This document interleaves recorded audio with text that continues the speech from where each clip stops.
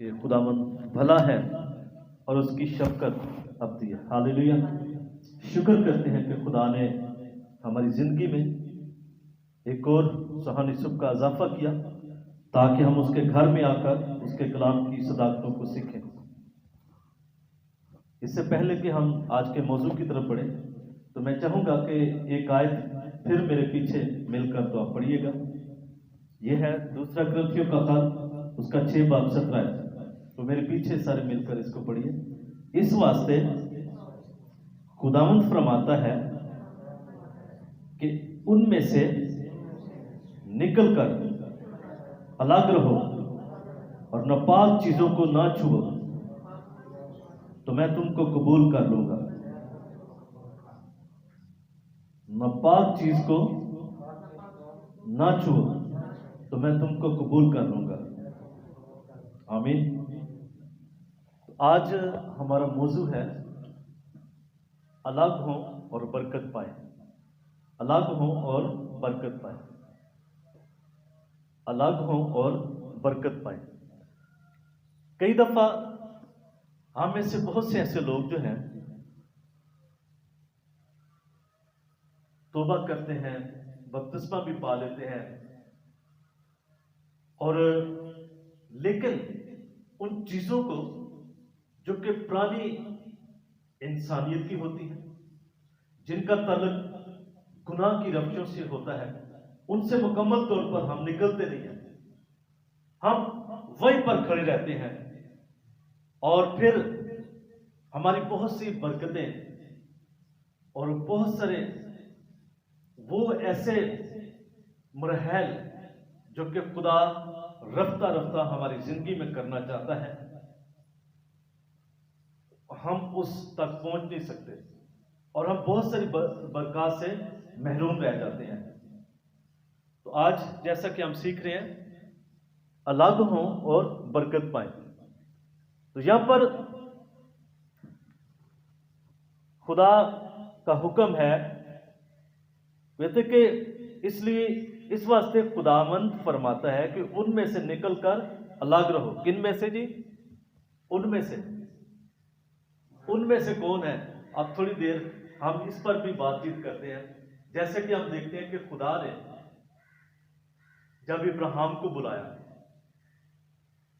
जब खुदा ने इब्राहिम को बुलाया और उसे कहा कि तू अपने नातेदारों और अपने बाप के घर में से निकल आ और मैं तुझे एक बड़ी कौम बनाऊंगा। वजह क्या थी? क्योंकि उसका बाप दादा बुत प्रस्त थे, बदी में जिंदगी गुजार रहे थे, बुत प्रस्ती थी उनकी जिंदगियों के अंदर, और खुदा ने उसे कहा कि मैं तुझे एक बड़ी कौम बनाऊंगा, सरफराज करूंगा। अगर इब्राहिम वहां पर ही टिका रहता, खुदा की बात को सुनकर, खुदा के हुक्म को भी सुनकर, तो क्या कितनी बरकत उसको मिलती। बरकत आज बहुत सारे लोग सिर्फ और सिर्फ बरकत इसी बात को समझते हैं कि उनके पास गाड़ियां भी हो, महंगी से महंगी गाड़ी हो, है जी, रुपया पैसे की रहल पहल हो उनके घरों के अंदर, कोठियां बंगले में रहते हो, तो फिर ये बरकत है। सबसे बड़ी बरकत कि मैं और आप खुदा के अहद का हिस्सा बन जाते हैं। मैं और आप खुदा के उस मंसूबे में शामिल हो जाते हैं, और वो मंसूबा क्या है? हमेशा की जिंदगी का। हालेलुया। आज कितने ऐसे लोग हैं जो कि अभी तक उन्हीं चीजों के अंदर फंसकर बैठे हुए हैं। खुदा कहते हैं कि उनमें से निकलकर अलग रहो और नापाक चीज को ना छुओ तो मैं तुमको कबूल कर लूंगा और तुम्हारा बाप होऊंगा और तुम मेरे बेटे और बेटी होंगे। ये कितना बड़ा एजाज है। किन लोगों के लिए ये एजाज, ये हक किन के लिए है कि फिर मैं तुमको कबूल करूंगा और तुम मेरे बेटे और बेटी होंगे। किन के लिए? जो उसके हुक्मों को मानते हैं, जो उसको फॉलो कर रहे हैं, पैरवी कर रहे हैं, और जिनको ये पता चल चुका है कि मसीह के पीछे चलना ही सब कुछ है। अगर इब्राहिम खुदा के हुक्म को ना मानता तो कभी भी एक ही बेटे का बाप होता, लेकिन खुदा ने उसको क्या कहा, क्या वादा किया था कि तू कौमों का बाप होगा। हालेलुया। और तेरे सलब से जमीन के बादशाह आएंगे, बादशाह तेरे सलब से होंगे, तू कौमों का बाप होगा। कुछ भी नहीं है, कुछ भी नजर नहीं आ रहा, औलाद नहीं है, लेकिन खुदा उसके साथ वादा करता है, अपने नातेदारों में से, अपने बाप के घर में से निकला तो मैं तुझे एक बड़ी कौम बना दूंगा। हम ऐसी दुनिया में हैं जिस पर इब्लीस हुक्मरानी करता है। हम इस दुनिया से कैसे बच सकते हैं? हम कैसे अलग कैसे रह सकते हैं? इसका जवाब यूहन्ना 17 बाब में 17 आयत के अंदर मिलेगा। यहां यीशु उन लोगों की बात कर रहे हैं जो उन पर ईमान लाएंगे। यीशु फरमाते हैं कि उन्हें सच्चाई के वसीले से मुकद्दस कर, तेरा कलाम ही सच्चाई है। मुकद्दस का मतलब है अलग करना, अलहदा करना। इसलिए यीशु कह रहे हैं कि उन्हें कलाम के वसीले से अलग कर, क्योंकि कलाम ही अलग करता है। जब आप सबसे पहले कलाम पर ईमान लाए तो आपने नई पैदाइश हासिल की है और आप रूहानी तौर पर तरीकी की बादशाह से अलग हो गए। और आप बहुत से लोग इसी जगह पर रुक जाते हैं, वो खुदा के कलाम को अपनी ज़िंदगी में सिर्फ इतना काम करने देते हैं कि वो शुरू में से उन्हें अलग कर दे और उसके बाद फिर दूसरे लोगों की तरह ज़िंदगी गुजारने लग जाते हैं। उसी तरह उनकी रवशी हो जाती है। लेकिन याद रखिए, रूहानी तौर पर वो मौत से अलग हैं, लेकिन जिस्मानी तौर पर, ज़हनी तौर पर वो अपनी गर्दन तक उसमें फंसे हुए हैं। उन्होंने शुरू में सरगर्म होते हैं, मसीह के साथ बड़ी अच्छी ज़िंदगी गुजार रहे होते हैं, लेकिन फिर वो आस्ता आस्ता मौत की वादियों की तरफ जाना शुरू हो जाते हैं। वो गुर्बत, बीमारी, परेशानी, ज़हनी कश्मकश में मुब्तला रहते हैं और वो हर वक्त फिक्रमंद नजर आते हैं। दूसरे अल्फाज में वो बिल्कुल उसी तरह हैं जैसे दुनिया के बाकी लोग हैं। लेकिन अगर आप खुदा के कलाम को अपनी ज़िंदगी में अव्वल दर्जा देंगे तो ये लगातार आपको उन चीज़ों से अलग रखेगा, यानी गुर्बत, बीमारी, परेशानी, नफरत और उन पुरानी आदतों से जो हम सब में इस वक्त तक थी जब हम तरीकी की बादशाहत में थे। इसके अलावा कुछ और भी है जो खुदा का कलाम हमारे लिए करेगा। ये ना सिर्फ हमें दुनिया की चीज़ों से अलग करेगा बल्कि खुदा की चीज़ों के लिए मखसूस करेगा। मैंने बहुत से लोग जो हैं, मैं देखता हूँ कि वो अपने आप को खुदा के लिए मखसूस नहीं करते। वो समझते हैं कि शायद मैं अपने आप को खुदा के लिए मखसूस करूँगा या करूँगी तो मुझे दुनिया की चीज़ों से अलग होना पड़ेगा, मुझे रिश्तेदारों से अलग होना पड़ेगा। लेकिन मेरे अजीजों, आप में से कितने ऐसे लोग हैं जो कि मिट्टी का बर्तन बनना चाहते हैं? जरा हाथ दिखाइए। आप खुदा के लिए मिट्टी का बर्तन बनना चाहते हैं या सोने का? मिट्टी का बर्तन बनना है या सोने का? हाँ, मिट्टी का बर्तन गुनाह की फितरत से निकलना है।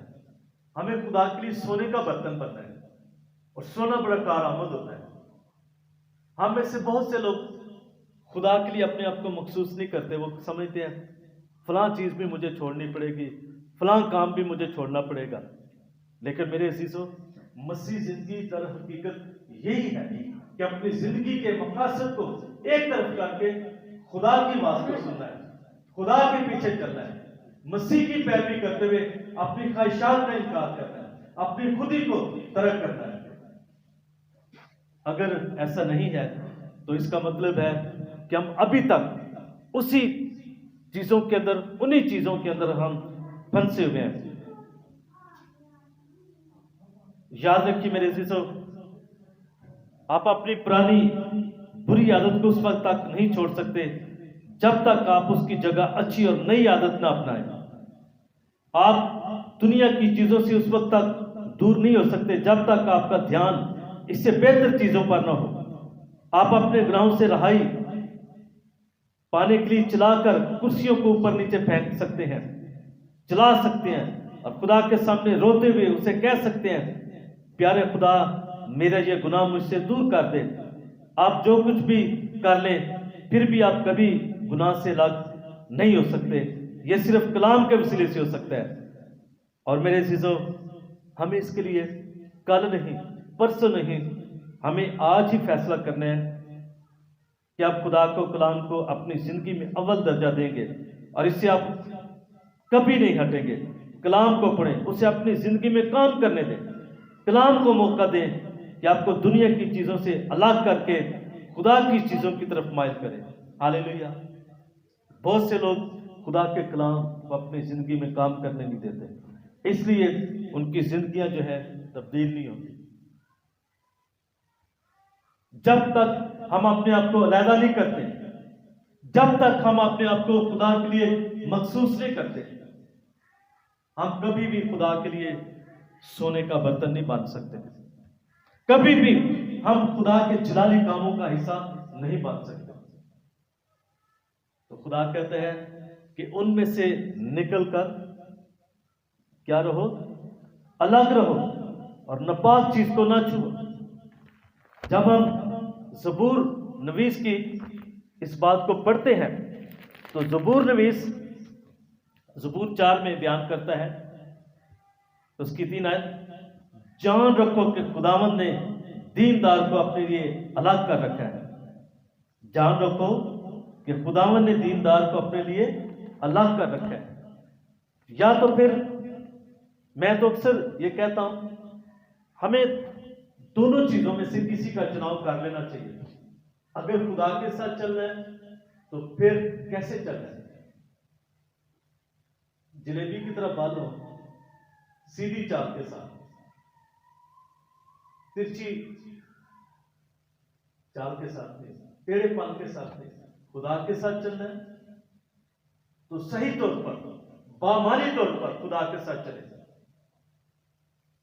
हाँ, मुश्किलातें आएंगी जिंदगी के अंदर, बहुत सारी ऐसी चीजें एक मसीह को खींचती अपनी तरफ, लेकिन अगर हम अपनी जिंदगी का मरकज़े निगाह यीशु मसीह को बनाए रखें तो मैं समझता हूं कि हम बढ़ते चले जाएंगे, बढ़ते चले जाएंगे। उन चीजों को, उन रुकावटों पर खुदावंद हमें गलबा देता रहेगा जो कि हमें अलहदा नहीं होने देती। याद रखिए, अगर आपने मसीह को पा लिया है, कितने सालों से आप मसीह हैं, आपके दोस्त कैसे हैं? क्या वो एक पुराने दोस्त हैं, पुरानी शक्ति हैं जो कि आपको खुदा से दूर ले जाती हैं? ऐसी संगतों का आप शिकार हैं, ऐसी आदतों का शिकार हैं? क्या अभी तक आपने उन संगतों को, उन सोसाइटियों को अपनी जिंदगी से दूर किया या कि नहीं? ये लम्हा फिक्र है। अगर अभी तक हमने अपने आप को अलग नहीं किया ऐसी सोसाइटी से, तो अलग होने का मतलब ये नहीं है। अलग होने का मतलब ये है कि हर रोज खुदावंद में पढ़ना है। और बेशक जब तक हम सब इस बदन में हैं तब तक तो हमें दुनिया के लोगों के साथ वास्ता तो रहेगा, दुनिया से हम निकल भी नहीं सकते। लेकिन खुदा का खादम पौलुस रसूल कहता है कि अकल नई हो जाने से अपनी सूरत क्या बदलते जाओ। हालेलुया। अपनी सूरत बदलते जाओ, जिसका मतलब है कि रूहानी तौर पर हमारी शक्लों सूरतें तो यही रहेंगी, लेकिन रूहानी तौर पर हमारी आदतें, हमारी नेचर के अंदर क्या आ जाता है, फर्क आ जाता है, तब्दीली आ जाती है। और देखिए, अगर हम पैदाइश की किताब पढ़ें तो वहां पर हमें ऐसे वाकयात मिलते हैं, खुरूज की किताब में, कि जब खुदा का खादम मूसा को खुदा ने खड़ा किया अपनी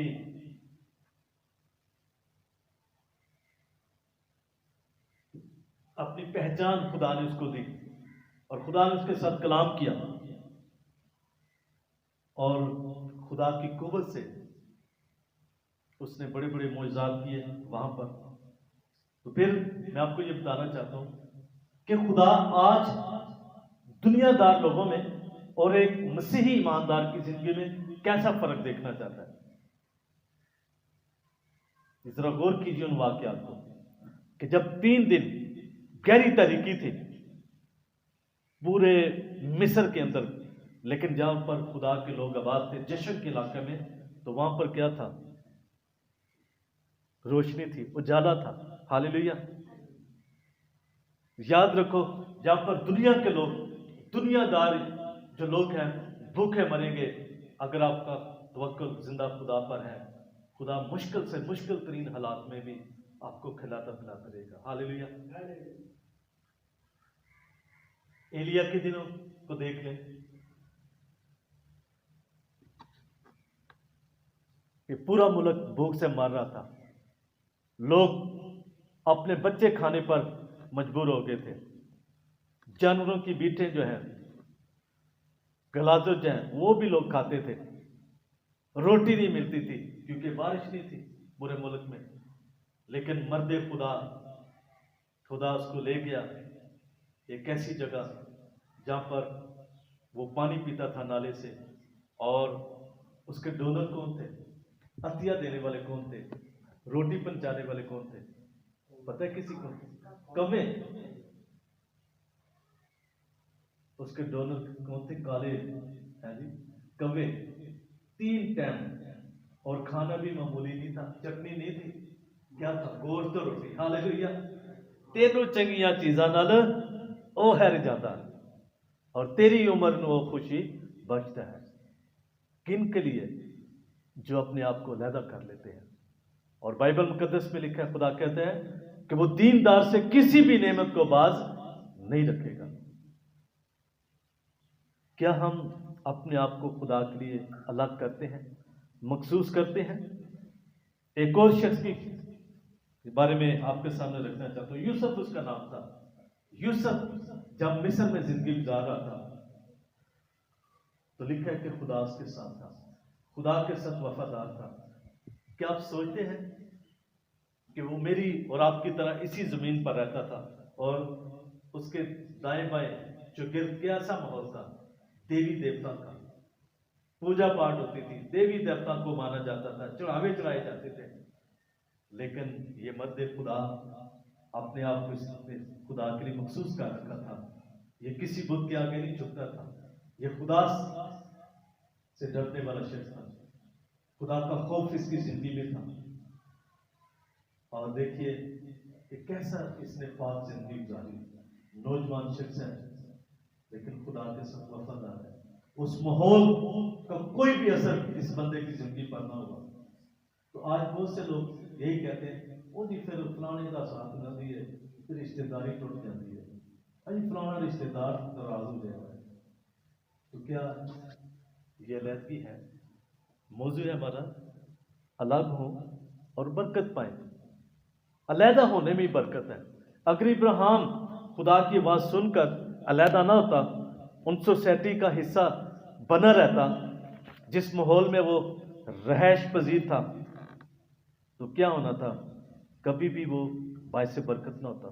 कभी भी जो है खुदा उसके वसीले से जो है लोगों को बरकत ना देता। और आज भी खुदा का वादा था, खुदा ने इब्राहिम से कहा था कि जमीन की सब कौमें तेरे वसीले से बरकत पाएंगी। मेरे अजीजों, जब तक मैं और आप पुरानी रविशों से, पुरानी उन चीज़ों को अपनी ज़िंदगी से निकाल कर अपने आप को खुदा के लिए मखसूस नहीं करते, अलग नहीं होते उन चीज़ों से, तो कभी भी हम बायसे बरकत नहीं बन सकते। आज बहुत से लोग यही कहते रहते, ऐ खुदा मुझे बरकत दे, मुझे बरकत दे।